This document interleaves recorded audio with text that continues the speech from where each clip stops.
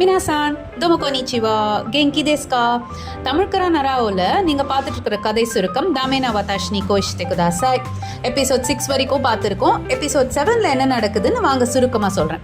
So last எபிசோடோட final சீனில் பார்த்தீங்கன்னா மொகாமிக்குன் ஷிபதாக்கு ப்ரப்போஸ் பண்ணி அவளுக்கு ரிங்கும் போட்டு விடுறாரு.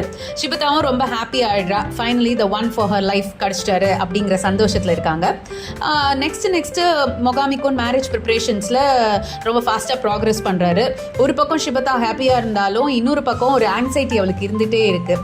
மொகாமிக்குன் அவளோட பேரண்ட்ஸையும் மீட் பண்ணி அவங்களோட லவ்வை பற்றி பேசலாம், கல்யாணத்தை பற்றி பேசலாம் அப்படின்னு சொல்கிறாரு.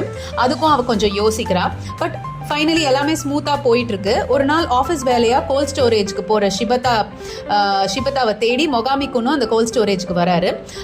அப்போது அவங்க 2 பேரும் உள்ள வேலை செஞ்சிட்ருக்காங்க. அதுக்கப்புறம் அங்கே இருக்கிற ஒரு செக்யூரிட்டி வந்து அவங்க வெளியில் போகிறத பார்த்துட்டு அந்த கோல்ட் ஸ்டோரேஜை மூடிடுறாரு.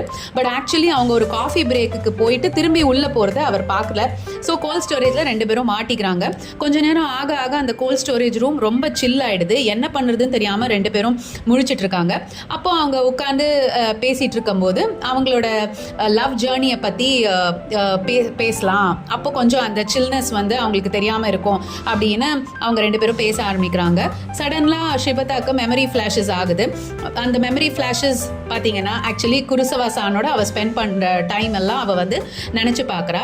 அண்ட் அவளுக்கு ஷாக்கிங்காக இருக்குது. And also she realises that அவளோட லவ் ஆஃப் லைஃப் மொகாமிக்குன் இல்லை குருசவாசான் அப்படிதான் அப்படின்னு அவள் வந்து யோசிக்க ஆரம்பிச்சிடுறா.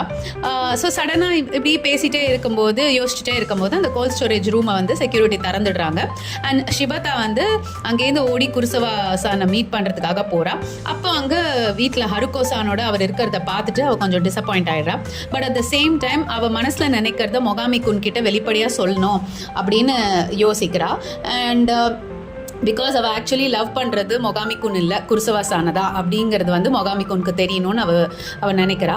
ஸோ அவர் வீட்டுக்கு போயிட்டு எல்லாத்தையும் சொல்கிறா. முதல்ல ஷாக் ஆகிற மொகாமிக்குன் அப்புறமா அவளை புரிஞ்சுக்கிறாரு. ஸோ 2 பேரும் பிரேக்கப் பண்ணிவிட்டு நல்ல ஃப்ரெண்ட்ஸாக மூவ் ஆன் ஆகலாம் அப்படின்னு சொல்கிறாரு. ஆனாலும் மொகாமிக்குனுக்கு ஒரு ஓரத்தில் திரும்பி ஷிபதா வந்து அவரோட சேர்வாளோ அப்படின்ற ஒரு ஆசை இருக்குது. பட் ஆனால் அதை வந்து அவர் வெளிப்படுத்தலை.